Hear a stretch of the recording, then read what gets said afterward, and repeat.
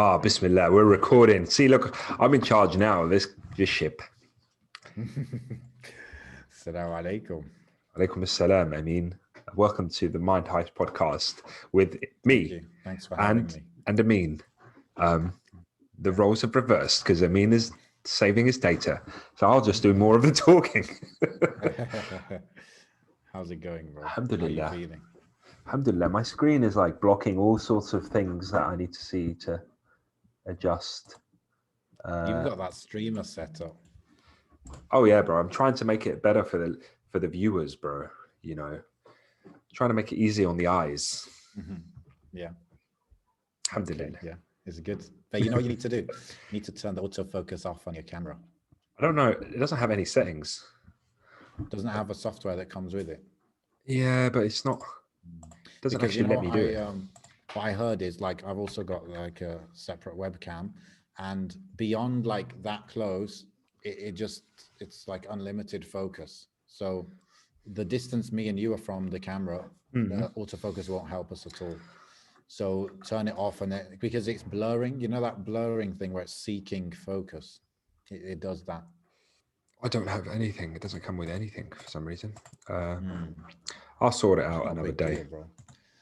Yeah, man. So what was this, episode 102? Yeah. Yeah. Mind We made Heist. We've got our own YouTube channel.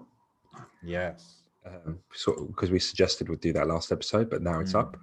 So Be if nice. you guys want to see Muhammad's turtleneck, Oh, bro. That's where it'll be. It'd be nice if we could put more different things on there. I'm tempted to scour through my computer and just find random videos that might have like really old things. I remember you did. Obviously, you did like what was it? Muslim youth movement. Is that it? Oh yeah. No, I can't Was that have what it's those. called? Yeah, I can't have those on there. Yeah. No. Okay, there was that, and then I remember you did this. You did like 1 or 2 spoken word videos. So I'm looking at my channel now, like my Yeah. Akhi tweet channel. I think they're probably Yeah. on there, but like hidden. Yeah. Oh, bro, you know what? You grow up and you grow out of things, you know. Yes, you do. Oh, I don't want to do that. No. Yeah, we can laugh at it now, but we just don't want to publish that stuff again. No way, Jose. Huh? We've got like 350 subscribers on there. Wow, look at that. Incredible. I think like, you know, back in those days, the Muslim youth movement, like, I feel like that was a time when you could have gone on to be, you know, like Ali Dawa, Musa Adnan, you could have done that. But then you chose not to, isn't it? Yeah. So it's like it was a turning point, that decision. It was a decision, right? Or was there something else that stopped it? The lines are really blurred now. But it's a lot of pressure, you know. It's a lot of pressure for somebody who's learning the deen, really quite fresh, to then, I don't know. Because I genuinely, and I won't shy away from saying this. At one point, I think I'd convinced myself that I could answer any question about the deen. I thought, because I'd watched so many lectures, I was like, I'm not saying it in a big way, but I'm saying it in like, if a non-Muslim was to ask me a question, any sort of general question about the deen, I'd be like, oh yeah, I could confidently answer that. I'm sure I could answer that. And that itself is ridiculous. The fact that it got to a point where I thought that, because I remember thinking that, I was like, oh yeah, do you know what? I could probably answer any question. You know, I'm not talking about like a Muslim asking me, but I'm talking about like a non-Muslim asking me, like in terms of dawah. But yeah, that in general. But was that what the channel was even about, though? I thought it was targeting Muslims. No, it was targeting Muslims, but with that came a lot of like comfort within Islam, in the sense that you just thought, I'm tackling really quote unquote big issues. But ultimately, with the Muslim youth movement, I remember the key issue I had. There was probably a lot of issues, but one of them I remember was how I felt like I reached a limit of where my experiences could speak about things. Like, you could only ever do so many dawah videos. Like I didn't feel to recognize that. Yeah, I feel like I remember like at one point it was like, oh, let's do a video about hijab, and I was like, I don't know anything about the hijab. Like I don't know what a life is like wearing it. Why should I? Who am I to do that? And then it was little things like that. I ran dry, and of course. But you know that dawah scene has evolved now into different things. Sometimes better things, sometimes worse things. You know. Yeah, I feel like the way YouTube has gone, it's like clickbait first, everything else second. Not just clickbait, but when I say clickbait, I mean attracting the click and the viewer and the watch time.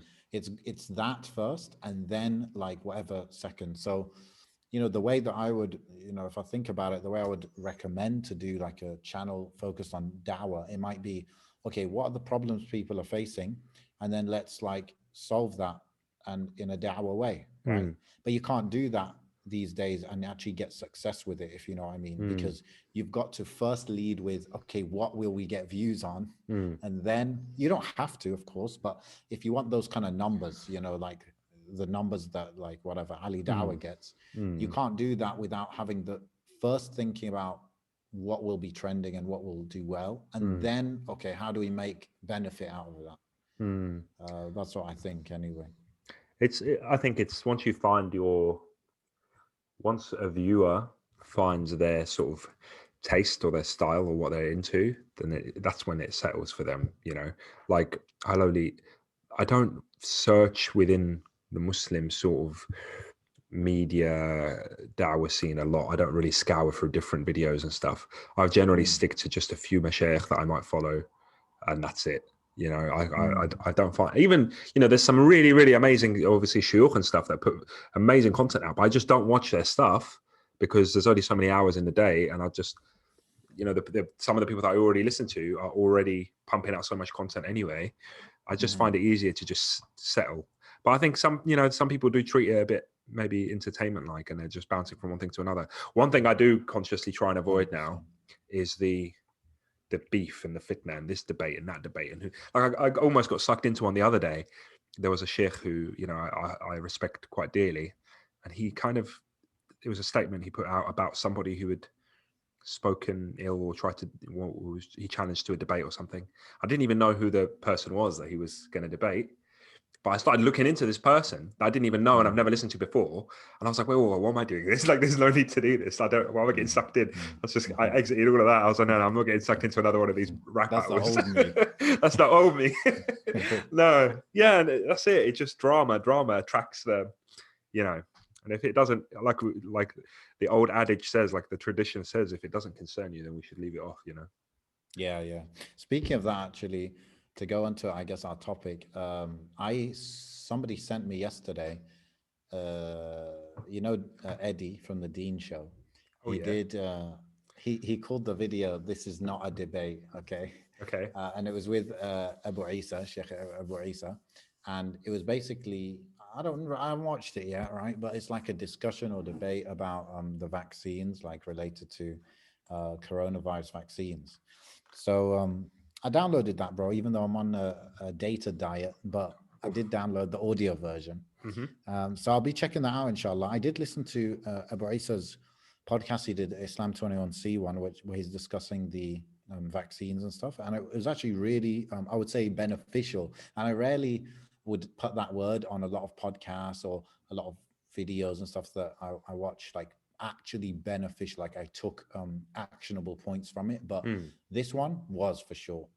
But having said that, why don't you tell us like what you just consumed? Bro, I had the vaccine, bro. I said, give me that. Give me that needle, put it in my arm. No, bro, it was you know what's funny about it, yeah, the way you told me that it happened, it's like literally you were in the office or something, and then the ice cream van came, and then you're like, bro, yeah, I'll go on, then I'll have a That's exactly what it is. So we are not allocated any by the government in the same way that maybe like the NHS are. So we kind of basically get leftovers. So if there's somebody who doesn't turn up for an appointment, or there's some left, because basically the particular vaccine, I think it is like AstraZeneca. The way it was described to me by the staff there was like they open up a box, but then once they've opened up a box, they can't store it. So that particular one, let's say, I don't know, Kevin James didn't turn up for his appointment at 8 o'clock. Well, that's one vaccine that's just going to go in the bin. So they might as well give it to other, emergency service workers. Well, there you go. And what we do is it goes down the rank in that, and they'll call the team, that's whoever's on that day, and then they'll have to sort of. So the day before, was it that day? I can't remember now. There was a particular day last week where I got called in, and they kind of, I walked into the office and they were going around asking people, and I was like, what are you talking about? Like, it was just really weird, like a vibe, because I could see like one of the supervisors asking all the other guys something, and they were all kind of like a bit stunned in silence, didn't know who'd step forward and stuff. And I kind of like whispered to my colleague, I was like, what's going on over there? Like, what are they talking about? It's just looked really weird. And none of them went for it. And then, but I think not because they didn't want to, I think they were just a bit like, you know, it's hard. It's embarrassing, isn't it? Putting your foot forward, taking someone else's space when there's only a few to go. And then they came over to me and she asked me, and I was like, are you asking me or are you asking everyone? Like the way she said it was almost like she was asking me. But I was like, yeah, fine, whatever. You know, I'm not really going to sit around battling. And then I had to go with someone else all the way to about 30 minutes away, 40 minutes away. I got to this place and it was like a tent in the back of a car park. So it looked really like sketchy, bro. But once I got there, they were like, oh, we said that we had 2 available, but we've only got 1 because some elderly bloke just turned up. So you're going to have to fight between you guys on who wants it. And I can't do that, hey. There's no way. Like, you know what I mean? If someone came up to me and you and said, I'll pick between, no, I'd have to give it to you. I can't deal with that. Can't deal with the stress of having to like debate with somebody so yeah, to me, it wasn't that deep. But then it was either the next day or a few days later, the same thing happened. They were like, oh, we've got 2 available. And they came straight back to me because obviously I missed out the first time. But yeah, it was, bro, let me be real. Yeah. And I'm not even exaggerating. The people that were volunteering to give this vaccine out and stuff were some of the nicest people I've ever met in my life. They were like genuinely so pleasant. So, you know, the manners were incredible, just made you feel so welcome. It was never anything like it. It was just so weird. And I didn't realize until afterwards that they were all volunteers. So it was like 8 or 9 o'clock at night and they were still working. You could tell they'd been sort of, you know, giving out the vaccines all day to vulnerable people.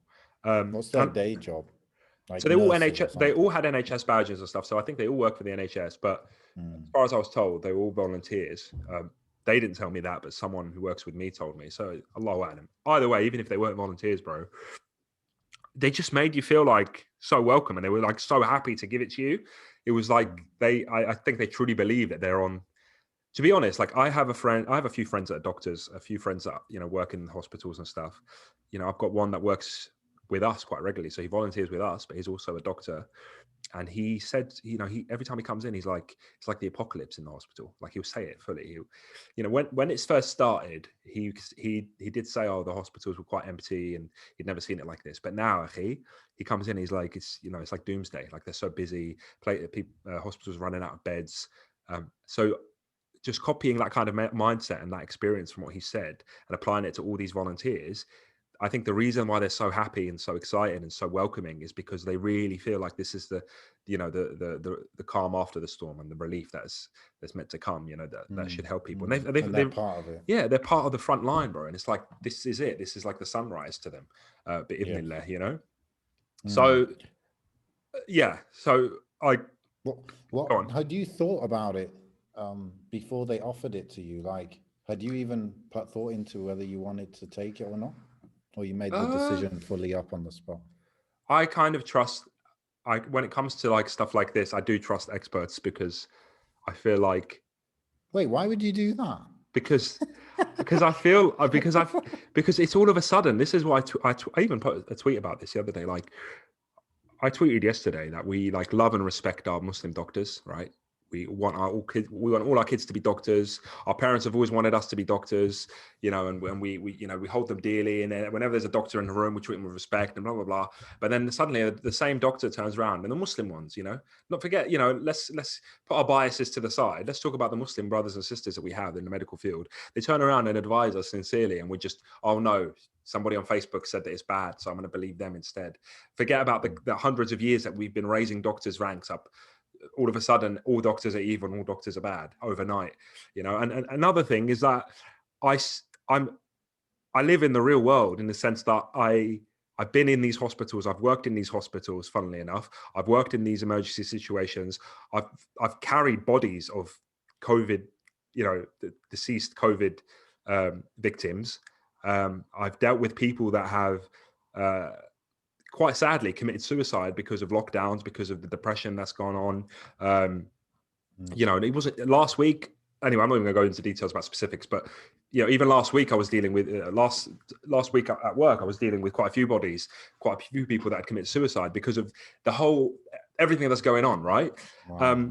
And to me, there's so much worse than having a vaccine where what would I want? Would I want to catch COVID and end up in a hospital and be like, oh, I wish I should have taken that vaccine while I'm on a ventilator dying and gasping for breath and maybe not see my kids, or my kids living without me, whatever it is? Or all of the people that I know have had the vaccine have been fine, right? Yes, there's side effects, but those side effects aren't like, oh, surprise, you didn't know this was coming.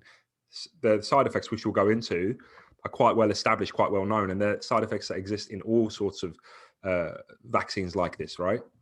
Mm-hmm. And then there's a level, there's a strong percentage of immunity against it, or, and the science behind it isn't something foreign to me either.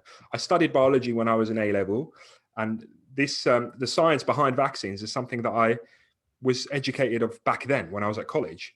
So it's not something that's abnormal to me that there's this foreign object or foreign entity being put into my body. I completely understand that it's like a set of instructions given to your body to produce the antibodies against this. It's not something completely clueless to me. I'm not coming into this like I don't know what the vaccine means or what it contains, or if they're putting in robots or some sort of foreign entity to fight on my behalf. That's not what it is. It's an initiator. It basically teaches your body the instructions, or it teaches you to know your enemy in that sense. So I didn't second guess it, actually. I like I said, so you pretty much decided you wanted to take it anyway. I figured, there's no way that it's passing. If it's that dangerous, it would pass any of the preliminary trials, right? Or the trials that were conducted. And people were like, oh, but there's all these lists, actually, of all these conspiracies, all these sort of negative thoughts, but they've all been sort of put to the side by clear and clear logic and clear research. For example, one of the main ones is like, oh, it's all been done so fast, right? Yeah. But that's because quite obviously it's had so much money pumped into it. This is an unprecedented thing, a world event that has caused so many countries to pump so much money into this, that yes, it's gonna speed up a lot of processes. You've worked on projects, I've worked on projects, people have worked on projects, and we know that money and funding is often a huge barrier, especially and a workforce. Lack of a workforce and lack of money and funding are huge barriers to getting anything done. Even something as small as like PureXI. I did, when I was doing PureXI, lack of funding and lack of a workforce of other people to help set me back years. That's why I couldn't do stuff for so long. Forget, we're talking about a vaccine that the whole world is after. So yeah, of course, all of that money, all that funding, fair enough. And people, yes, there is obviously people that are going to try and make money from this. But that is also probably a positive in the sense that there's different companies competing for the better vaccine. So they're all trying to outdo each other with which is more effective or which is going to be, But yes, there are downsides to that. Maybe you could say, oh, they're cutting corners or whatever. Either way, everybody who I know took it was fine. And I'd rather have something to take it. I'm fine.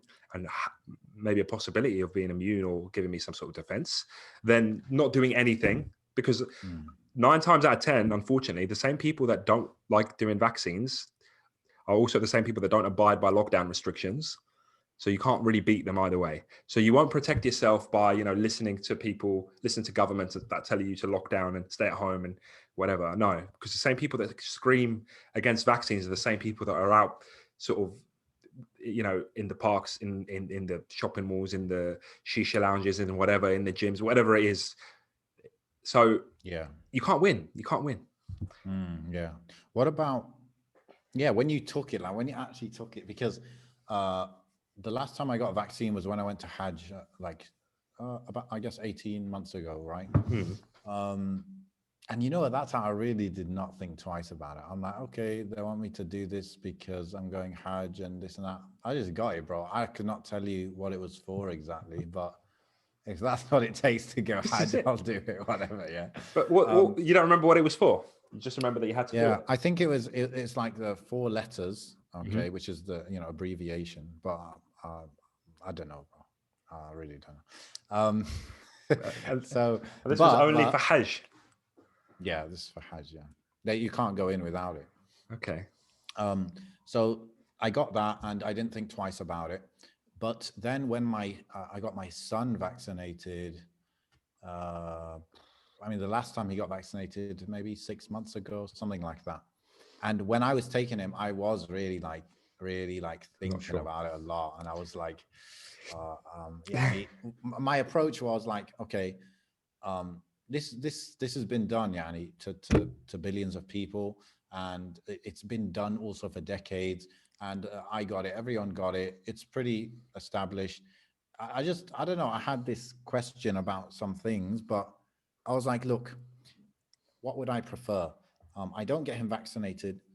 Maybe he'll get the thing that he was going to be vaccinated from, and then it's a case of I could have done something and I didn't do it, right? Whereas if I got him vaccinated and then there was some sort of complication, side effect, then I would say, well, I did what I knew, like Yeah. literally, like everyone is advising this, everyone's doing it, and I pray istikhara, I trust in Allah, and I get it. And then after that, I just felt it'll be like qadar Allah. So Yeah. that made me much more comfortable. But still, I'm like, you know what it is, bro? Yeah. The thing with vaccines is it feels, and I think this is purely a feeling and what you see. Okay, it feels way more permanent than taking a pill, Okay. for example. Even though I'm like, I think you can deliver vaccines through breathing stuff in, maybe. There are drops, isn't it? There's vaccine through drops, but the injection, it just feels like, damn, that's like in my body. I think, honestly, I think that's a very big I just, factor in people I've, being concerned about I it. was speaking to my wife about this, and I just feel like the science behind it fascinates me so much. Not because of the Mm, power and the ingenuity of man, but because of how Allah subhanahu wa ta'ala has created us. Like, mm, despite all of our technological advancements and biological advancements, in studies and stuff, it mm, still is our body that's doing this. mhm, We are exposing our body to something, and it's our body that subhanallah, is yeah. uh, quite literally creating the defense. Do you Yeah, know what I yeah, mean? And yeah. We're just that's what giving it a yeah. kickstart. And that is why it's not giving me anything. If you said to me, put nanobots in your body, then I'd be like, okay, that's a bit, or some sort of Mm, biological, some mm, sort of living mm, thing. mm. That's a different story. But you That are, Elon Musk thing, was it? yeah, the, Neuralink, yeah. wait 2 seconds. I'm just going to pause the recording, bro. Yeah. Sorry, yeah, we're back. So the Neuralink thing, I mean, to be honest, Neuralink sounds really cool to me, but yeah, that's obviously going to be like a big point of when that's established, I'm going to be like, oh, I'm not sure. Mm. But although you can apparently get one that doesn't actually go into your head, it just sits on top. But we'll save that for episode 300 of Mind Eyes when it comes out. But yeah, bro, like that fascinates me so much. It's like subhanallah, how Allah subhanahu wa ta'ala, in the Islamic tradition has told us that for every disease there's a cure. But that's instead of us it just fascinates me how like maybe part of that was that it's not that every disease there's a cure out there to find. The cure is already within us. We just have to expose ourselves to it. Because think about how many diseases and illnesses that simply just rely on our own immune system to defeat it. We're so adaptable in the way it evolves, and Yeah. it's Mm. absolutely incredible. So, and I think that's what it is. I think a lot of people don't understand maybe the science behind it. That actually, yes, the vaccine is like 10% of the work, but 90% of the work is just your body. Your body's the one that's Mm. producing that, and it's the Because memory that. it's true, right? That viruses can't be like killed with like antibiotics or anything. It has to be your immune system that fights it, right? I believe so. Like, I'm not a Yeah. medical expert, and I don't pretend to be, but Mm. I just remember these basics, and I think everyone should know these basics about. Yeah, look, the problem is, I think, with all due respect to everyone that is very anti, they spend a lot of time maybe studying all the negatives, but they don't actually understand what a vaccine is. They haven't sat and just listened to somebody, of knowledge in that field, just educating them about it. Because you're getting people that are just spouting nonsense online, talking about what's in the vaccine, like someone was saying, oh, it's made of dead baby embryos and all this stuff. It's just pulling stuff out of nowhere with no real knowledge. Just Yeah. if you really are, no, this is the thing. I'm not. I respect people that have valid sort of concerns and stuff, but I don't respect people that just sit on one side of the fence without really giving it a chance to educate themselves on the positives and negatives, Yeah, you yeah, know, because there is a bit of a sheep mentality and a hype machine. Like, yes, I have sat there and listened to a lot of stuff about the negatives, but also the positives as well. And anyway, So, bro, like, so the one you took was the Oxford AstraZeneca one, right? yeah, I And you believe it didn't is. have a Yeah. choice in that? No, I just so yeah, so I got the call to go, and I just turned up. So within 15 minutes, I was there. Sign in. Like I said, really friendly people. And he signed in quite a few times. Like sign in to say that I'm register that. I think because they've already got all of our data anyway from GPs, like our NHS number and all of that. And then signed in at the top to just reconfirm. And then then it was just like I didn't even look at it, to be honest, bro. Like I just sat and they just did it, and I didn't even see. So, but they did say it says on a card that I was the AstraZeneca one. Yeah, that was it. Quick sort of jab, and then there was some of the side effects that were listed on the. They do tell you; they don't hide it. Like Form. they'll say you before you get it. They'll say, "Are you aware of all the side effects?" And if you're not, you can either read it or they'll just tell you. Which is fair enough. They ask you all your health questions. Are you allergic to anything? Do you know what I mean? Have you had a history of this or that in your family? Blah, blah, blah. And they're asking that for a reason, you know?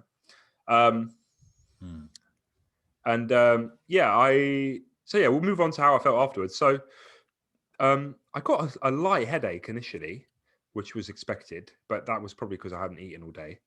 But I was quite Did aware you that. take it on in the evening or morning? So it was about 9 o'clock at night, I think, or 8 o'clock at night.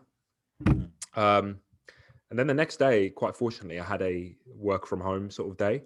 But I started getting really like achy and sore and just really fatigued. And then that night it was really quite tough. But it was all the stuff that it was no surprises. Like it said it like not 1 out of 10 people will get this, 1 out of 100 people may get this, and then there's like I've got the form somewhere. I don't know where I put them. I wish I had them on me. But yeah, so it was no surprise. I got it done with someone else. I asked them how they felt. They felt the same. Somebody else, because I've got like a work group chat. They said the same thing. However, there was another guy that works with us. He was completely fine. He had a bit of a headache, but he was completely fine. Because it's exposing your body to that kind of instruction, you know. There's something. So nobody here. became like a 5G tower? No, nobody came 5G tower. And since then, if anything, my phone signal has been awful. So having a bad time. It's because you don't have the 5G iPhone. No, bro. Maybe I needed to get the Pfizer vaccine because that might be the 5G one. Yeah. So because for me, bro, like when I'm thinking of the vaccines, like obviously I don't know about the science behind it, but they are different approaches or different like technologies. So for example, the Pfizer one, I don't think that technology has been used in vaccines before. So right, like I might be more averse to taking that one, you know what I mean? But you just like, I'll take both. I don't know what it is. Maybe because I'm just like a lot of people, we're just used to just taking pills and medicine without any sort of complications. What the doctor says. Yeah, I was always raised to do that, so I never really. I don't know. Yeah. If you gave me some home remedy or something, I'd be a bit more like, oh, I'm not sure about that. And yeah, that's true. Really? Maybe that's just the way I'm conditioned, like a lot of people are. You know, if I go to like the village, bro, back home, and some old lady comes up to me and goes, "Oh, put this on your, have this or whatever. I've made this for you. It's good for this and that." I won't believe it. But if some doctor says, "Oh," but at the same time, I don't like pills, to be honest. I don't. But once again, it's because of my understanding of what pills are generally and so for example, let's say mental health issues, right? Mental health issues such as depression. Depression, I think, is a good one to focus on. I am a bit averse to taking pills in that field, but I have spoken to people that have, diagnosed clinical depression, some who've had positive experiences with pills, antidepressants, and some who have negative experiences. I remember one person was quite an advocate because he said to me that he was literally like he was deficient in something. It was like a biological deficiency that he had, and it kind of just kept him going, and it helped him like put those levels back to, those levels back to where they should be. However, my issue with pills is that you are actually introducing something to the body that maybe your body produces on its own, right? So this is where the difference of vaccines come from. It's you're giving your, so it's like your body produces, I don't know, let's say dopamine, for example, hypothetically speaking, and you are then putting dopamine in your body, which means that the function of your body to produce dopamine shuts down because it's not required anymore.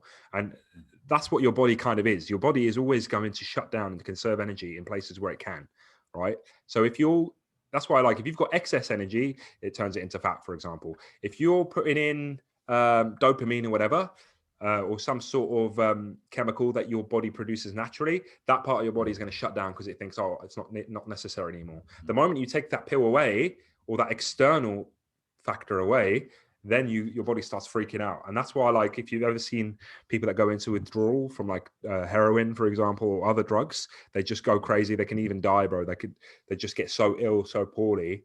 And that's what kind of sparks addictions, because you're giving your body something that normally it would produce naturally, but you're giving it in such higher doses from an external source that your body's like, okay, this part of me isn't necessary anymore. I'll shut this down because you're giving it to me somewhere else, right? But yeah, as opposed to like the vaccine argument, the vaccine isn't giving you anything other than the instructions for your own body to create something. So your body already does that. Your body creates antibodies all the time. Look at me, I'm pretending to be a medical expert here. I mean, I'm fooling all our listeners. Oh no. So, bro, like that's the vaccine, right? Oh yeah. But I also wanted to talk about just like the whole virus in general, and maybe not even the virus, but the reaction to the virus and even the reaction to the lockdown. It's good that you said you have those experiences with people who like been committed suicide, linked to being having those restrictions on them. Mm-hmm. But like, I'll tell you the truth, yeah. Like maybe 3 months ago, I was a lot more skeptical about everything you could say that the mainstream was putting out there, whether that was media or WHO or Mm-hmm. whatever, right? Very skeptical. But I was kind of mostly keeping my mouth shut about it, right? Right. Like I told on the podcast, I just said, it seems overblown. Right. That's what I've said, I think. And alhamdulillah, I stopped there because I think I changed my mind quite a bit over the last 3 months or whatever. And I think that's an interesting observation, actually. Like when something is new, and especially when there's emotions involved, and there are like maybe two extremes, and it's new, right? So you're not that educated on it. It's really good, to shut your mouth. And stuff like Twitter really doesn't encourage that at all, does it? Mm-hmm. But as for me, it's like the only outlet I have is on this podcast and maybe on my YouTube channel. Other than that, I don't really have anywhere to share my stupid ideas.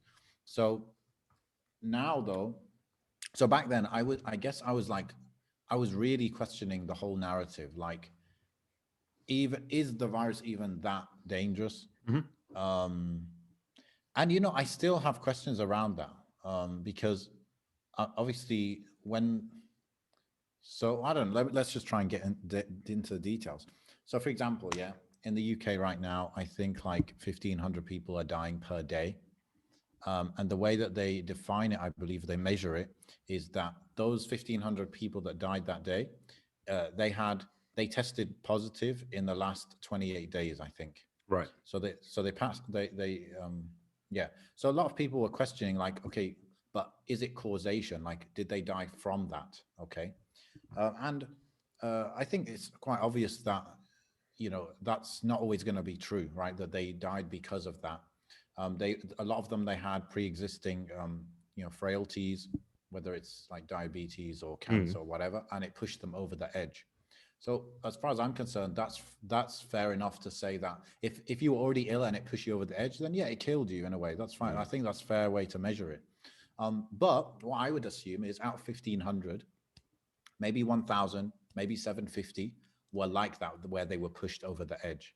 But there probably would be certain percentage that, uh, like for example, I tested positive, I recovered, and then a week later I was hit by a car. Yeah, yeah, Like that, the virus did not cause my death, yeah, right? But I would be counted. So, but that doesn't mean the 1,500 number is incorrect completely. It just means that it might be 40% wrong, yeah. 30% wrong, whatever it is.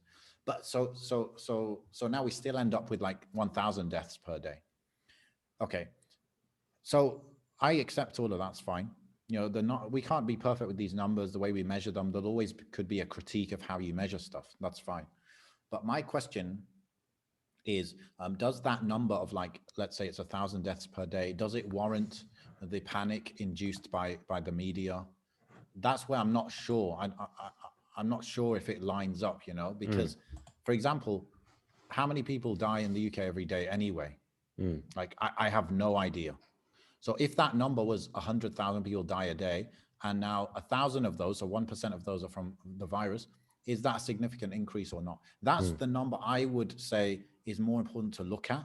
And that's the number that, if that number is high, then I do believe, like, okay, yeah, we should be worried and panic. But I, You know what I mean? I think the So issue, the focus, I think what people don't focus on isn't necessarily about the number of cases or the number of people that die from it. yeah, What we're talking about is the capacity of hospitals to yeah, support the sure, yeah, people. That's the yeah, the difficulty. mm, Like when yeah, I don't look at numbers at all. I don't look at the stats. I don't really. But when I've got people that are telling me like the hospitals are overrun, they can't manage, then it yeah, makes me worry that, out of all the people in my family, if one person gets it and can't get to a hospital, or do you know what I mean? There's just yeah, not room for yeah. them. Then I'm like, Then even well, if they're not vulnerable, it could be an yeah. issue. And to me, it's not a case of like 1 in 5, 1 in 10, 1 in 15. For me, it's always a 50-50. Like every single statistic is out of the water for me. I either get it or I don't. Like it's 50-50 for me. Because if you said to me 1 in 15, it doesn't matter. It doesn't That 1 in 15 statistic doesn't affect me. It doesn't affect me on my day to day. The 50-50 does. Am I going to get it or am I not? Like that's what affects my day to day. So if for me, if you said to me, "Oh, you're only 10% likely to get it," that doesn't bother me because that 10% is like 50% for me. I'm either going to get it or I'm not, and that's just the way I look at a lot of things. I'm either going to die today or I'm not. Do you understand? Like death to me Okay. isn't like a percentage. Bad things happening to me aren't percentages. I just, everything that every statistic that people throw at me, I always 50-50 it because you just don't know. You can't sit comfortably in a sort of box and think, oh, I am going to be from the ones that don't get it because the chances, like, Yeah, for sure. do And you I know what I think mean? that's the way to think about it, maybe as an individual. Yeah, But when you're making decisions as like the NHS or as a government or as a family or yeah, whatever, yeah, it's a bit different as well. Because, like, yes, people can say it's wrong to boil it down to numbers because these are real people. When we talk about mm, 1,000 people dead, that's 1,000 lives, mm, which is true. But when you're dealing, like in the UK, you're dealing with a population of 60 million or whatever, you to make certain decisions, you kind of have to boil it yeah, down to that, right? yeah, To make decisions. Um, so all I was trying to say is that I think there are some things we can kind of question, and like I've questioned them, and now, for example, I've come to this kind of conclusion right now, which is that okay, that number, like 1,500 deaths, it's not accurate, mm, but it's gonna be near or about there. yeah, It's gonna be near or about there, right? So, but I do think there's a number. This is the thing, like the media doesn't focus on like what's actually informative and useful. It tends to just prefer like what is engaging, you could say. mm, And so if they've got into a more sophisticated way of talking about it, like, okay, the percentage increase of deaths compared to a normal year without the virus was this much. Okay, this would be much more useful, much more factual, much less engaging, much less hypey and drama mm, kind of thing. But it would be more informative. And alhamdulillah, for me, I mean, I feel like I kind of I'm kind of a carefree kind of person somehow. Yeah. So I don't know if it would affect me anyway, but there are people that seem to really have been really worried and scared by this. And so mm, I feel like we should know the truth. Like, should those people be that worried, or is it all a bit too mm, much? You know what I mean? mm, So, I just feel like there are some numbers that have not been used and they should have mm, been used. And and anyway, I don't recommend people like watch the news or anything anyway. But that's like one kind of bone I have to pick with the whole thing. It's just like how it's being measured and like use the correct numbers. So like if they were to say, okay, normally 500 people die in the UK every day on a normal year, but now it's 1,000. Then I would say, whoa, like it's doubled the people dying. Like, okay, that's significant now. So I think we just, yeah, I know this is a bit maybe kind of complicated, right? Because, you know, when you're spreading a message to tens of millions, you need to really dumb it down and make it very simple. But facts sometimes are not simple. So, you know, I just would prefer that, and it would be more honest and stuff, you know? I think there is, you know, there's honest outlets out there. I'm not talking about mainstream sort of news and stuff like that, but I'm talking about there's, Yeah. you know, there's Yeah, quite, everyday people, those yeah, ones. there's quite upfront, even sites and even places like no nonsense websites like, boom, these are the stats from this Yeah. cited from here. It's not like a hoo-ha about it or shaped or packaged in a Yes. particular way or whatever. Yeah. Like, here are the facts, do what you want with them, not here are the facts, do this. This is what you want. If you want Yeah. to know what they've found, then this is what they found. Yeah. And I think it's there for the people that want to find it. Yeah, that's true as well. Yeah. You know, I think for the average person who just sits there and watches the news anyway, then they're probably, that's their whole life is going to be like Yeah. that. So Yeah. this isn't nothing new for them You're being right. Yeah. swayed by, you know, You're Fox right. News, for Yeah. example, or whatever. That's just how they are. Like Yeah. the news outlets, or, you know, the organizations that would try and sway people in a particular direction, they would have never attracted you anyway. I mean, do you know what I mean? Throughout your life, you know, you're not the sort of person to sit and watch Fox News or see it or whatever other. I use Fox News because that's just the first one that comes to my mind. Stereotype. But, yeah, but hypothetically speaking, you're not going to sit there and watch Fox News for any other, you know, any other discussion. So when it's come to this, you're not going But to do bro, that even either. the government does this though, because I think it was a week or two ago. I think the prime minister, he gave a press conference, and he was talking about this headline of 100,000 dead. Okay, again, that is a big number, right? And it sounds, if you think 100,000 people dead, it sounds really bad, right? But what I'm saying is, objectively, it sounds a bit cold to say it, I know that, but I don't know if that's a lot or not a lot. You're just telling me 100,000 dead, but probably 100,000 people die in a week. I don't know, maybe in Europe, in 1 week, 100,000 people die anyway. So you're not giving me context. So even the government is falling into this thing. And the government has their own agenda they need to do. But so, for example, if the government, like, I think everyone agrees, like, we need to like do our best to deal with this, because yes, people are dying from it and all that, right? The government, they're going to say, okay, should we like use the numbers that would create more urgency and fear to do something, to follow the restrictions, or should we make people feel more relaxed about it? Of course, they're going to say we should create a bit more urgency and fear so that people follow it and we get over this. So again, it's in their interest to give a certain picture. Like, there's no communication without a marketing angle, you know, always trying to persuade people to do something. But you're right, bro. Whatever you want to know these days, you can kind of know it. That is true. That is true. But these days, bro, I'm kind of just like, because before I was like questioning, like, is it even that bad and this and that?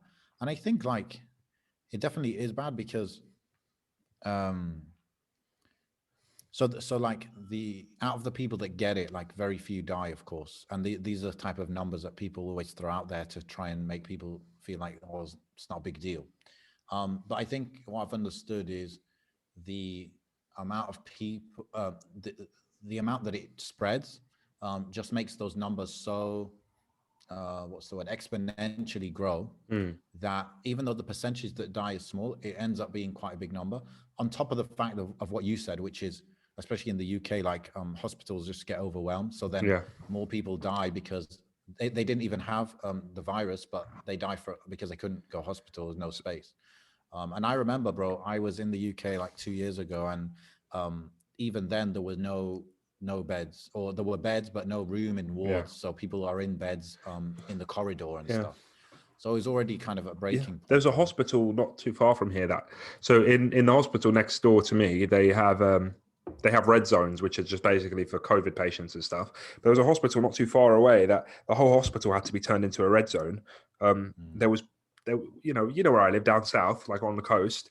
There's people from Yorkshire with COVID getting flown down here because there's no space up there. Wow.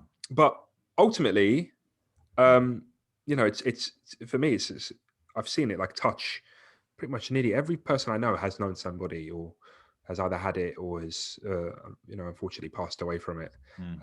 SubhanAllah. And I think it goes back to, I don't know how much communication you've had with people from like developing countries or third world countries regarding it. The ones I have seem to take it quite seriously. However, all the skeptics seem to come from like the first world because, and I hate using those terms, but you know what I'm trying to say. Like, I think I mentioned this before on Mind Heist, how I felt like we live in so much comfort that we're in disbelief that something bad could ever happen on this scale to us. Like it can't be true. It has to be man-made. It has to be fake. Like, I've lived 27 years on this earth in such comfort. I was never like, if a war happened, if they came on the news today and said, "Oh, we've actually North Korea's declared war on us, and they're on our shores," and you wouldn't believe them because you've lived your whole life in comfort. You just be like, it's a conspiracy. It's fake. It's not real. And I feel like that's part of our psychology. Point, that is it. Yeah, 100%. It's like that is like a common reaction, what you just said, versus like, okay, 100 years ago, Spanish flu, was that real? Oh yeah, that was real. Well, then why can't it happen again? Oh, because we're like modern and we have like iPhones now. Yeah, like, it doesn't make it's true though, isn't it? But like when I speak to family back in Tunisia or Morocco and stuff, especially like in these small like village areas, they take it very seriously, bro, because they're not strangers to illness and diseases and it's not, they've got family. They don't always have easy access to like good healthcare. Yeah, and they know that they're going to have to pay for hospital treatment, and it's not easy, and it's not easy to get to hospital. You can't get an ambulance in the middle of nowhere, and blah blah blah. So they take it seriously, even in places where there's low numbers and stuff. They take it seriously, but because honestly, and I think we all need to check ourselves, like the amount of people with so much privilege that I've seen. That don't obey any lockdown restrictions. They don't think that it's important. They just do whatever the hell they want. And then on top of that, it's like, oh, the vaccines aren't real. They're trying to track us. They're trying to do this. They're trying to do that. Whilst we sit there in the comfort of our own homes with central heating, with food in the fridge, with TV on, with electricity, with all sorts. And it's like our whole life has been in comfort. And wallahi al-azim, it's humbling. It's humbling. Wallah. And I thank Allah first and foremost that he's put me in a position where I enter people's homes. I see how people live. I deal with people's problems. I deal with some dark aspects of society. And honest to God, some people would see what I do day to day and think, from the outside and think, oh, you're just, you're an advocate. You're an advocate for the system because you work within the system. If anything, it's actually just allowed me to see a lot more of the world for what it really is.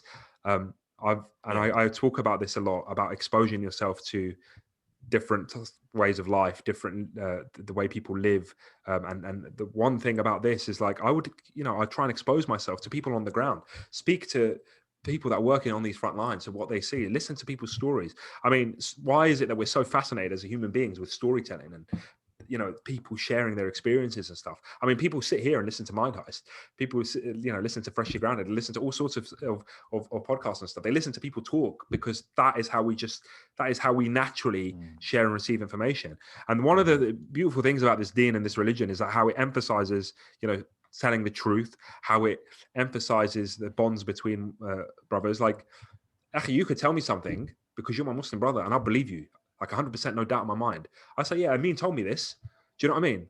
Amin, I'll tell my wife, Amin told me this. So I automatically think it's true because I think highly of you, I think good of you. And the same way that I have doctors that are Muslims that I've known for years, and I have that belief and trust in them. Yeah, fair enough. If some doctor from the middle of nowhere told me something, I wouldn't know. I couldn't, I wouldn't be able to vouch for him. But, I have friends that I've known for years who are, alhamdulillah, now they're doctors and stuff.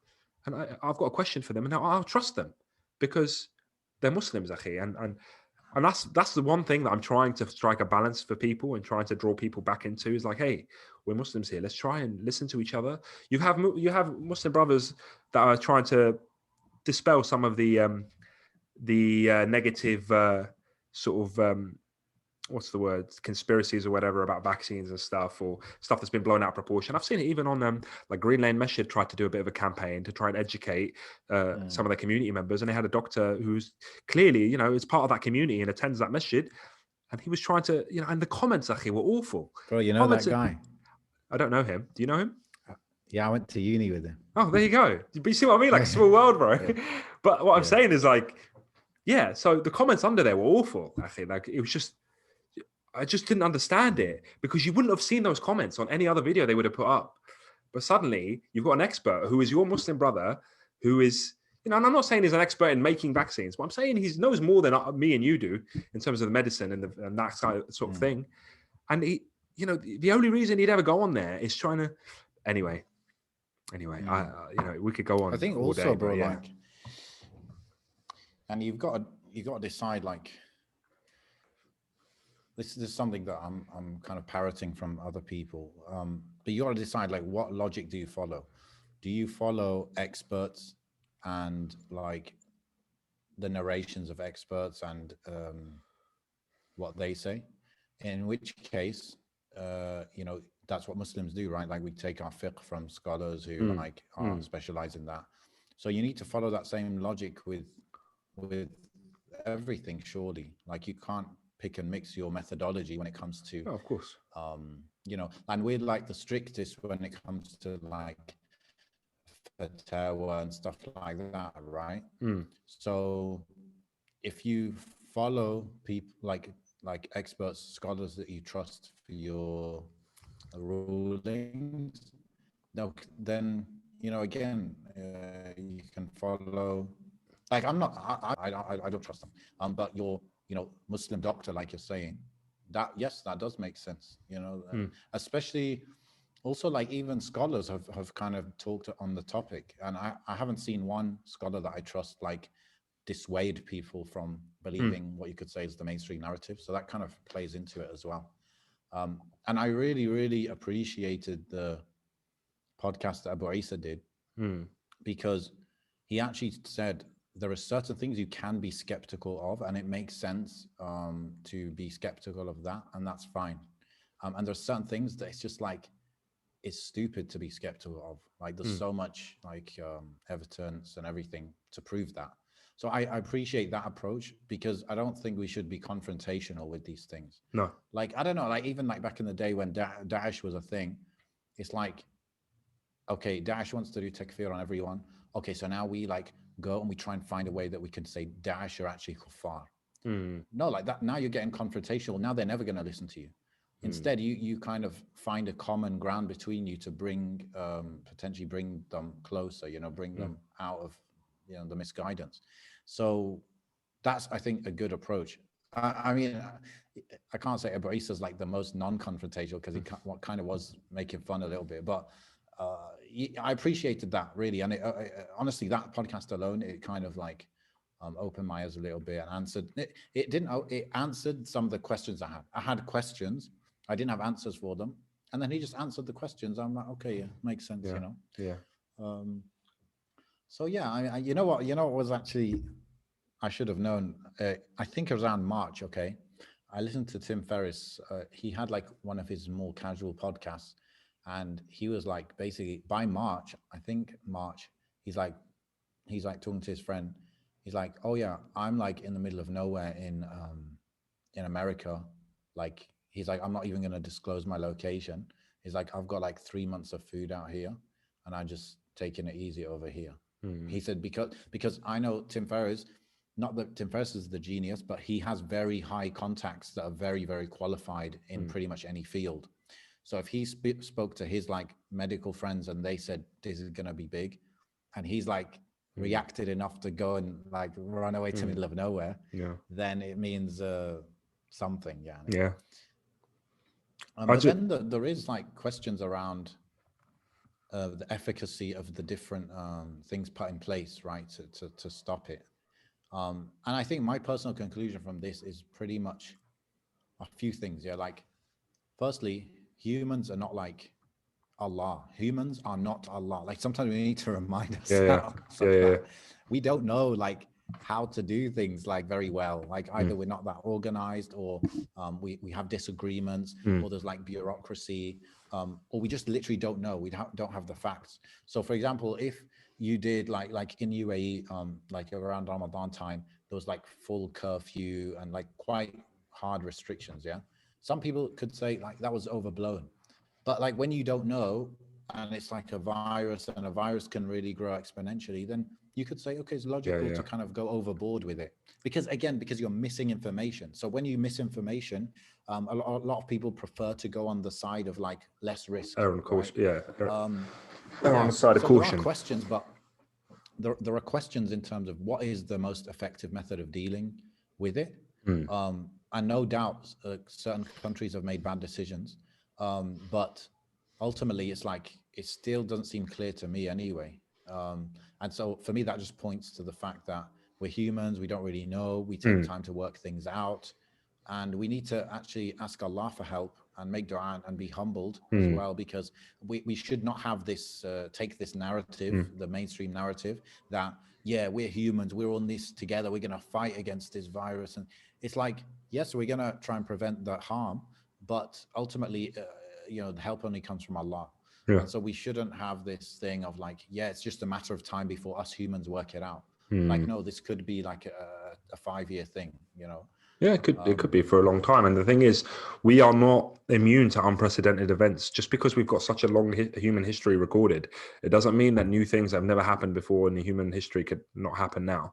And I think once again, it's that comfort bias. It's that modern era bias. It's that technology bias. It's that you read, like, let's be real. Like, we read some hadith about what's prophesied in the future, and sometimes you read some hadith about like the end times, and you think, oh, it must be that all technology kind of disappears or something. Because, and I'm not saying that is going to happen or not going to happen, but it just shows you how destructive and how immense some of the trials that will be coming in the future can be, right? So why do we convince ourselves that this is the be all end all? Like, this is Jannah on earth. This isn't what we are here. And I keep trying to remind myself that every day, subhanAllah, we are here only to be tested, right? And I get frustrated over little things. Like, one of the small things that frustrates me, which I never really speak about, like, vocally, but like getting my kids in and out of the car seats really, really irks me. It's a very frustrating moment, right? Just trying to get the belt or take whatever, and trying to make sure the door doesn't get hit by. That's such a tiny little thing, but it irks me so much. And then I remember thinking to myself, I was like, subhanAllah, like, this is what I'm complaining about. Like, this little thing, because I want everything to be so easy and so perfect and so comfortable in my life, that this is what grinds my gears, right? It's nuts. I know that's such a minor thing, but we all have those little minor things that just irritate us a bit too much. And it just sometimes you need a big calamity to happen somewhere else, ideally not with you, somewhere else, that you just observe that and think, subhanAllah, that could happen to me. Remember subhanAllah, like, it wasn't not many months ago, we never spoke about this on Mind Heist, but that explosion that happened in Lebanon, that was insane, akhi. Like, seeing the videos that were coming out of there, that was absolutely insane, right? And there's nothing stopping that from happening anywhere else in the world. I was speaking to my wife the other day about obviously nuclear weapons and stuff like that, and how, like, I basically said to her, like, theoretically, everything in the dunya has this purpose, and those bullets are made to be shot, microwaves are made to be to heat up food, nukes are made to be used. Like, they're just sitting there, and they haven't fulfilled their purpose, right?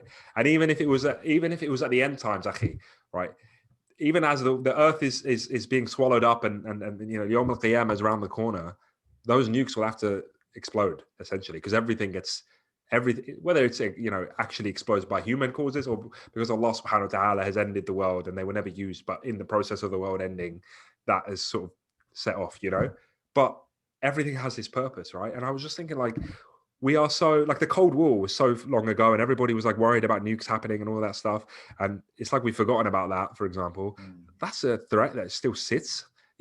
That's something that's still there. War is something that we seem to have shunned away, like, countries warring with each other. I'm talking about, like, major countries, and, like, hypothetically England going to war with America or something like that. But these are things that for thousands of years, people were, villages and communities and towns and cities were just taken over one after another by different forces. That's just used to be the norm. It was like the flavor of the Yeah. day. Who would be in charge this week? This is what Yeah. people lived with, and Yeah. Yeah. it's just the comfort that we live in now is insane. Um, Mm. and it reminds me of like, we hear about the stories, in Muslim history of comfort, too much comfort, and what happened to people that were too comfortable. We hear about like the golden age of Andalusia. We hear about like the golden age of Baghdad, for example. We hear about all these golden ages in Muslim times. And I'll be honest, like even now, despite the fact that we're so divided, a lot of us, a lot of Muslims have very comfortable houses. They may not be satisfied, but that's the nature of dissatisfaction, isn't it? That we have it all and we just want more. But you go back home, you got TV, you got heating, you got family around you, you got food in your fridge, you've got a supermarket to go to, you've got a car, we've got all these things that people struggled with. There was times where entire nations struggled for just scraps, And look at us, bro. I just today I opened up my phone. I looked at Amazon in the morning. I was like, SubhanAllah, this is the first time I could ever order something now and it will come to the same day. I've never had that before, but that's an option that I've got now. I was like, wow, this is crazy. I can literally just order anything I want and it will just be here in a few hours. It's crazy, bro. It's crazy. Primed up. Primed up, baby. That's crazy, man. I feel guilty though, bro. I feel guilty and I try to remind myself, and I'm trying to do it to the listeners as well, because I don't want to be that person that is just like complaining about little things that don't matter when actually, a meteorite could come and I live right on the coast, Akhi. I always think about it. A meteorite could come and smash into the ocean behind me. I get wiped out, bro. I drown. Do you know what I mean? Like, what's stopping that from happening? Like a quarter of the world just disappearing tomorrow. There's nothing. There's absolutely nothing stopping that from happening apart from Allah's mercy. That's all it is. We are basking in Allah's mercy every day. It's interesting because like the different philosophies that have been like preached around the world are kind of coming home to roost now. So in the West, freedom and liberalism has been preached, and now that's what's happening, right? It's like my personal freedom is more important than the overall, you could say, safety or health or whatever of the community or the country or whatever. And that's what you see, like, like the stereotype, at least, of the right wing in the US is like the whole freedom, America, freedom, this and that. And I think like libertarians, they kind of swing a little bit towards the right usually as well. So which states in the US are like open and there's no like lockdown restrictions? It's all the right wing ones like Texas, Florida, etc. Now I can't really comment too much on if that's causing like more problems. Like I don't know what the right thing is to do, but it's clear that like there has been trouble in the UK because people won't follow stuff. Yeah. And even the UK, I feel like they holding back tougher restrictions because maybe of that underlying philosophy of like, well, actually freedom's like really important. Yeah. Whereas like in the UAE, I would say they're just like, yeah, who cares about freedom? Boom, boom, boom, boom, boom. Yeah. In Turkey, obviously there is less of the concept of freedom. But I think in Turkey, the reaction has been people seem to take it quite seriously. I think it's because of the patriotism element. And no doubt, like the more, what's that word? Communal feel. Like it's not individualistic society. It's more of a communal society. So like the nationalism, like you got to help Turkey, like get over this. Plus the fact that generally people think more as a group rather than as an individual. That's caused like people in Turkey to generally like follow stuff. But yeah, you don't get, and then the same, obviously we know the examples, typical examples of like Taiwan and what else? Hong Kong, I think, where they're like, even China as well, like they seem to be pretty well off. So it's like these philosophies, you preach them, and then you're kind of stuck with what you've been preaching for decades and generations, and that's what you get. But what do you think about like the restrictions? Like, I think I mean, a lot of the restrictions make sense to me because of the nature of what a virus is, something that can be passed from one person to another. So on the face of it, without looking at numbers, without looking at anything, yes, the less people are mixing together, the less likely it's going to be passed from one person to another. Fully get that. Like that doesn't, Yeah. and I think it'd be difficult to argue that. And in terms of like the specifics and the nature of the restrictions, like some of them don't make sense. I'll be completely honest with you. Some of them, I'm just like, well, why is it like now at the moment you can't go into to a restaurant like a takeaway after 10 o'clock? So between 10 and whatever time they open, you can't go in. It's only order only. Well, that doesn't make any sense. Why is that? There's no different. There's people have been going in and out all day, but now all of a sudden, do you know what I mean? You can't like 24-hour supermarkets are now just whatever 9 till 9 or whatever the time is. There's always going to be little things, right? But for me, the bigger picture is just doing something and just not being insensitive, because the community element is gone. Like we are in essence, we are all in this together in a certain type of way, and it's kind of like, you know, that kind of arrogance of we're all here doing something and trying to follow a set of rules that we might not 100% understand, but actually it's not harming us in a major way. The fact that I can't go next door, for example, and get my pizza after 10 o'clock and I have to order it instead, whatever, it's a bit of an inconvenience, but that's all it is. Now, I come from a biased point of view because I'm not out of work, right?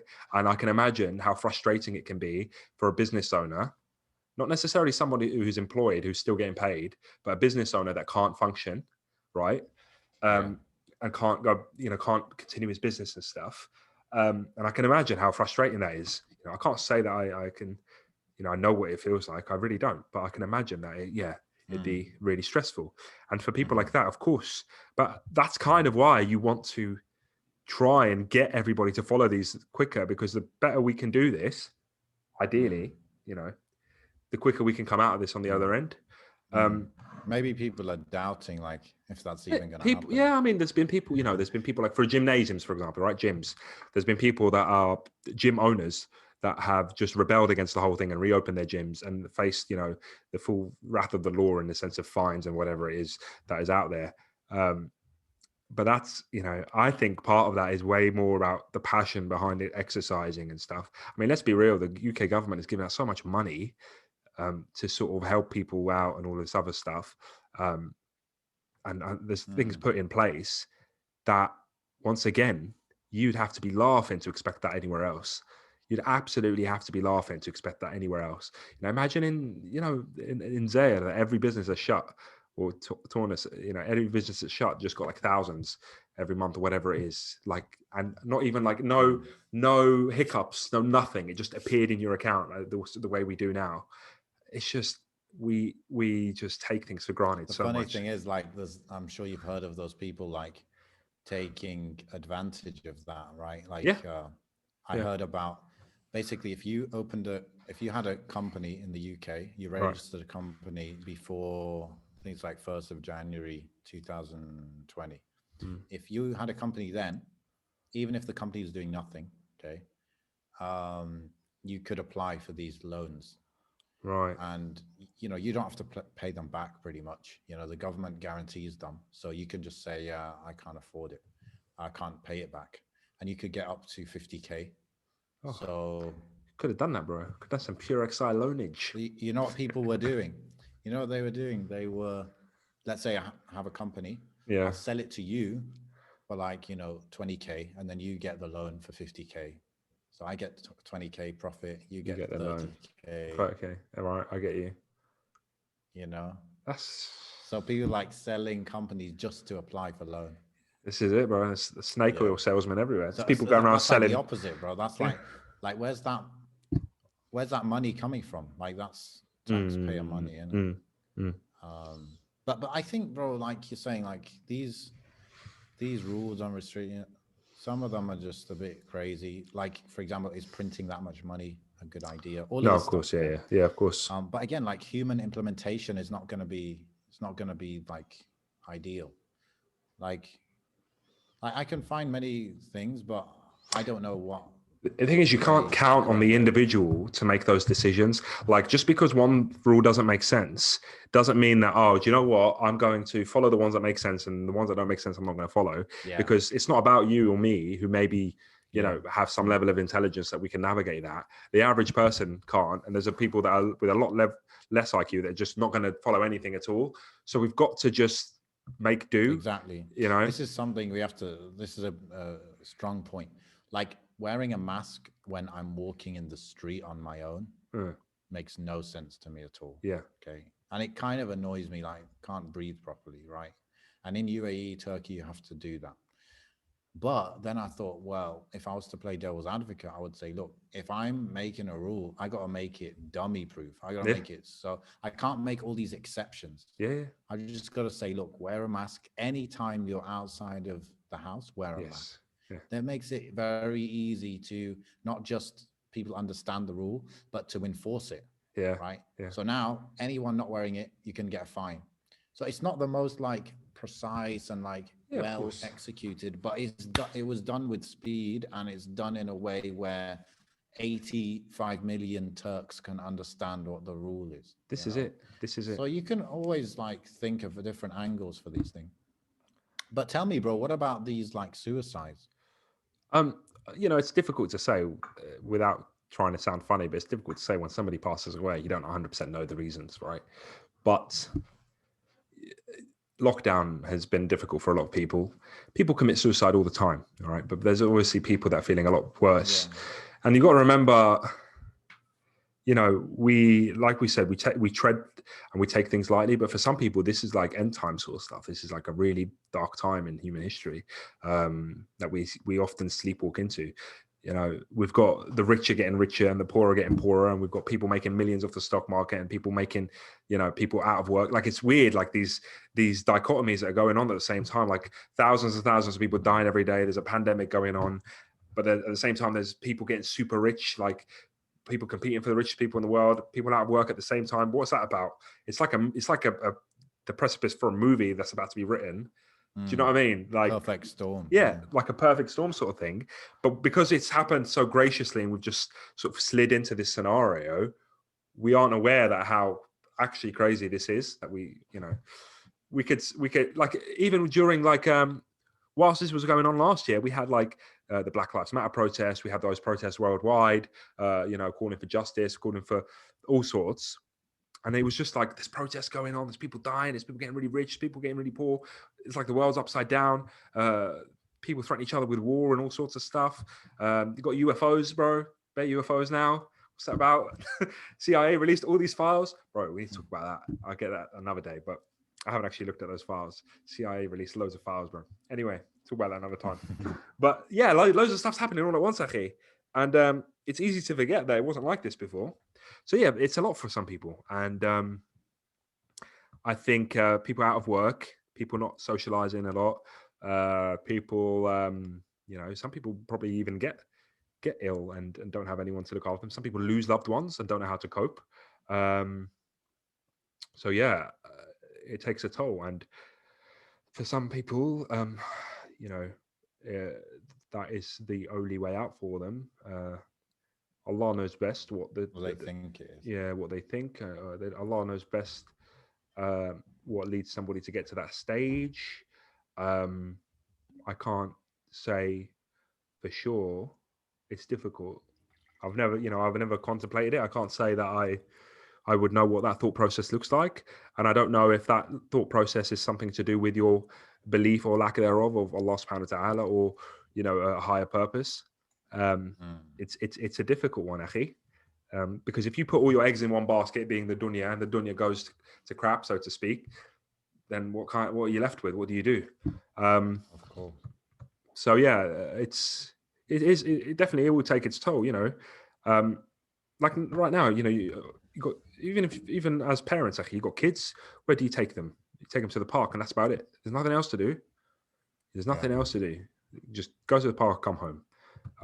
Alhamdulillah, I've got the beach in front of me. I can take my kids to the beach, come home. But that's about it. A lot of people don't have that. There's no other options.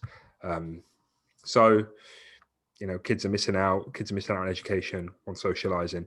People can't socialize. People. Those are the people that want to abide by the rules.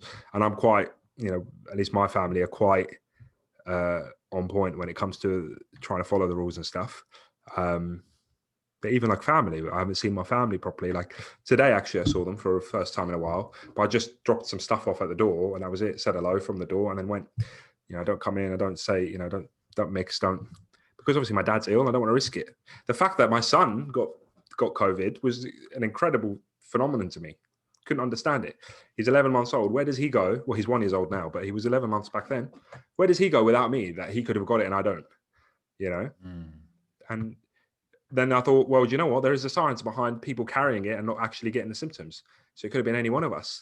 And I know that I'm out there all the time dealing with people that, yes, may have had it, may still have it, or may not have it at all, but the risk is still there. I'm in and out of hospital all the time. It could have been me, and I don't want to be the person to, my dad's quite sick and we all know that. If my dad was to get it and, something was to happen to him, how would I then feel about myself and my lack of caution? Not that, everything's written, of course, but even though everything's written, those thoughts, I don't want those thoughts in my head, bro. I don't want those thoughts in my head, Akhi. I don't want to battle that.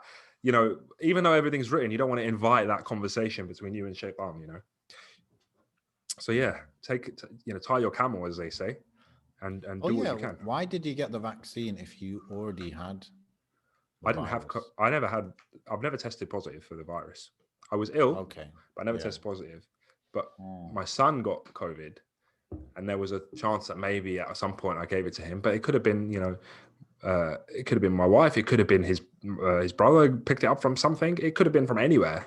It's not like he doesn't go out at all. It could have been from anything. Sometimes he sits on the trolley on the supermarket. It could have been from that. You never know. Yeah. So, yeah, it's. I just don't want to be stupid, bro. Like there's a time and place to debate and to look into things and stuff, but this is happening right now. So I'd rather just take the precautions because I don't feel like it's that much of a headache. And even if it was, so what? There's people that live through worse. Oh, I've got to wear a mask. I've got so used to wearing a mask. I don't even take it off when I walk into the house sometimes.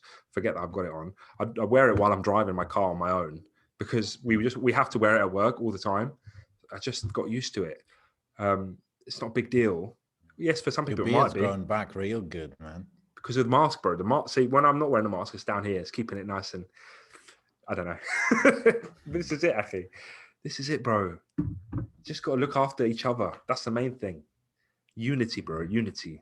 Mind heist unity. Bro, how long have we been going for, bro? If you're Sufi or Salafi or Shi'i. We're all in this together. Yeah. Should we do a TikTok video where we make the virus doesn't care what sect you are? TikTok. We'll go viral. Sounds like something to do. Are you on TikTok? No way. I refuse. I refuse, bro. They'll probably transform and evolve in the future. I'll be like, oh, this is a really good platform for engaging with Muslims. No. It's just all memes, bro. Mind heist TikTok. Yeah, that's it. Anyway, this has been episode 102. Let me double check. Thank you very much. 102 of the Mind Heist podcast. It's been, you know what? Mind Heist is so cool. Mind Heist is so cool, bro. Can we just read that last email? Yeah, man. I'm going to read that email because that was a heartwarming email. Let's bring it up. Have you ever read such a long email yourself on the podcast? This one, is it quite long? It is quite long, isn't it? Yeah. Let's hope he hasn't asked a question. Reading skills. Okay. He says, has he put his name? He has put his name. We'll put his first name, Abdul Hamid. He's listening. Oh, he's going to listen. He's going to listen to this. He's going to play it for all his students, bro. Right. Inshallah. All you students of the Usted, you have to listen, right? And you have to understand what I'm saying to you because I'm only going to speak English. Okay? I'm only speaking English here. And you better listen to your teacher. And next lesson, you better bring him some gifts. Okay? Wallahi barak. Not too expensive gifts, just something modest. If you don't know what modest means, ask your teacher. He'll explain it to you. Right. Assalamu alaikum, brothers. This is brother Abdul Hamid, an English teacher from Benghazi in Libya. He says, may Allah reward you. I started listening to your podcast a few days ago, and you have become my daily companions. I have already listened to about 6 to 10 podcasts while making lesson plans, grading papers, and going about day-to-day tasks. Let's just pause for a second there, bro. That's just awesome. Like, just, I've got no links to Libya. I don't know if you have any links. Just this Border, worldwide bro. nature of it. Huh? Got a border with Libya. No, well, you don't monitor that border. Actually, we've got a border with Libya as well. That's it. We are taking over Libya, bro. The mind heist wave. Now you know everyone always says Ahsan Nas. Yeah. Libyans actually Ahsan Nas. Really? You're just saying that because you got this big email. Come on, bro. You're not supposed to say these things. Right. I must say you have been a great help in many ways. I have enjoyed listening to your intellectually stimulating discussions, and I could relate to a lot of what you've discussed. For instance, episode 90 on ego confidence versus believers confidence has been very beneficial to me, especially that I have sought and received a lot of tips on boosting my confidence before. Like your guests have explained, most of the tips out there work on your ego confidence. Phrases like I can do it, I get to do X today, instead of I need to or have to do X today, or I had a bad day, I had a bad class today, instead of I'm a bad teacher, are examples of self-talk phrases that were suggested to me as confidence boosters. I agree with your guests that while these may help, a believer's confidence's approach, where I remind myself of how little I am and that I can only get ahead with any plan or achieve any of my goals by relying on Allah. That is, I do what a task requires, bearing in mind that Allah alone is the one who grants success. In doing so, I also use phrases reminding me of that very fact, such as Allahumma musta'an. I can't understand this one. Fawad Fawadu Amri ila Fawadu Amri ila Allah. I can't understand it when it's written in English. Amri ila Allah. Amri ila Allah. And I leave up the Wama affair tawfiqi to illa Allah. billah. When it's transliterated, I really struggle. If it's written in Arabic, I'm fine. Yeah. I also make dua and ask Allah for guidance and success. This particular episode affirmed that approach in me, especially that it came from your expert guest. May Allah reward him. I look forward to following your podcast more and sharing more in the future, inshallah. From an English as a foreign language teacher's perspective, I think if Muslim students of an intermediate level or higher listen to podcasts like yours, they will improve their ability to talk about Islam in English greatly. More importantly, they will strengthen their Muslim identity by knowing how to express it in English instead of being limited by the English they learn from online games and pop culture. Inshallah, with your permission, I will try and use a segment of one of your episodes in one of my classes. I will keep you posted, inshallah. May Allah reward you. Assalamu alaikum, your brother Abdul Hamid. Wow. Are you going to give him permission, bro? Stamp the paper. Stamp the paper. He's going to send some of you. Oh, bro, he could send some papers from the students. We mark them. Bro, you mark them. You used to be a teacher. Yeah. Yes, come on. Still am, bro, in many ways. Yes, this is it. I'm a student and I always will be. I'm a student and a teacher. Well, this is it, Akhi. You're gonna co-sign these papers, bi'idhnillahi ta'ala. Inshallah. Jazakallah khair, Abdul Hamid. This beautiful email. I love stuff like that. If you're from a part of the world that we never speak about, especially Benghazi, like I don't know. I don't know much about Benghazi. I need to be educated. But if you're my high listener from anywhere in the world, I think Benghazi, bro, is the. Bro, I'm trying to. Is there a delay? I was saying, but Benghazi is from the good side of Libya, if you know what I mean. The non. Oh, this is political. Don't you start. The legit part. Anyway, he'll know what I'm talking about. Okay, I don't know what you're talking about. No, but seriously, we need to make a dua for Libya because, you still have a lot of problems and a lot of people fighting over the control of their country and their resources. So. Allah ينصرهم ويثبت أقدامهم آمين ويثبتهم على دينه يا رب العالمين. آمين. What I was going to say was, if there is anybody from any part of the world that we haven't spoken about, please send us an email at mindhighestpodcast@gmail.com. I would love to hear about your listening experiences. You know, when do you listen to Mind Heist? What do you do when you listen to Mind Heist? Where are you from? Who have you shared it with? Have you ever had a discussion about an episode with somebody? Have you ever sent an episode to somebody and they've said something, you know, they've received it well or whatever? I do kind of want to do in the future, because we've got so many episodes now, a bit of like a revisitation of some topics. I wouldn't mind like replaying an episode in our own time and then coming back to sort of kind of review maybe if our thoughts have changed since then, especially something that, because there's so many episodes now that I forgot that, you know, certain things that we've spoken about, and I wonder if I'd feel the same way. Because I think we're at an age where it's easy to be like, oh, I think I'm set in my ways, you know, but actually we've been doing these for a long time. I've been doing this way before I even had kids. A lot has changed since then. Different work, different life, different everything. Would I still think the same way? So we'll have a look, inshallah. And I know we haven't answered a lot of questions. We're sitting on about 21 submissions that we haven't looked at. Oh, really? Yeah, some of them might be really old. Some of them might just be comments. I need to double check. So inshallah, maybe next episode. To be honest, I don't know if they're real or it might be spam, but a lot of them are like one word, sort of, not one word, but one sentence, like, when was this? When did you do this? And when was the last time this happened to you? And blah, blah, blah, blah, blah. I think those are like the app itself just sends them to you. Yeah, but I don't think, but we got loads of them all at once. So I think they are from somebody.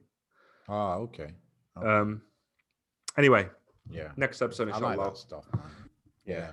Oh, and then we could did we do the freshly grounded game? We did that, didn't we, once? Yeah, a little bit, yeah. Not that long. Maybe we'll bring it back in the future. Yeah, now that I'm a freshly grounded host as well. Well, you know, not a host, but I have a show on there with Faisal. What's it called, bro? It's called Dad's Dunya, bro. Check it out. Every week on Freshly Grounded YouTube channel. We got obliterated by some sort of, I don't know if you watched yesterday's one, some like anti-Muslim sort of, so we're doing it on live stream, and then the algorithm must have like exposed it to like just the normal public, and there was like so many like racist comments and all these comments coming into the chat. So I closed the chat and I carried on, but Faisal was so distracted, bro. He just completely obliterated that episode. Like for a good 10, 15 minutes, he just couldn't concentrate. But yeah, live shows, man, too much pressure. That's why Mind Heist, you know, we'll do a live show every now and again. But right now, just me and you, I mean. Anyway, let's wrap things up, bi'idhnillah. I think you've frozen. Have you frozen? No, you're here. I'm back now. Yallah. Sorry about that. Mindheistpodcast.com. Go there, ask us questions, write comments, tell us how you listen to the podcast, where you listen to it, who you shared it with, etc., etc. And thanks, everyone. I know this topic might actually invite a lot of comments, so sure, go for it. Go for it. I think we're going to do you know what? I think I want to do like a Mind Heist giveaway soon, bro. I'm going to do it. Next episode, there'll be a Mind Heist giveaway. Yeah. And you can win. Maybe you can win like a canvas. Should we do a canvas? Bro, I think you should give a Shopify stock. Oh, bro. No, that's expensive. All right, that's it. That's the end of this conversation. Assalamu alaikum wa rahmatullahi wa barakatuh. Ayun salatullah.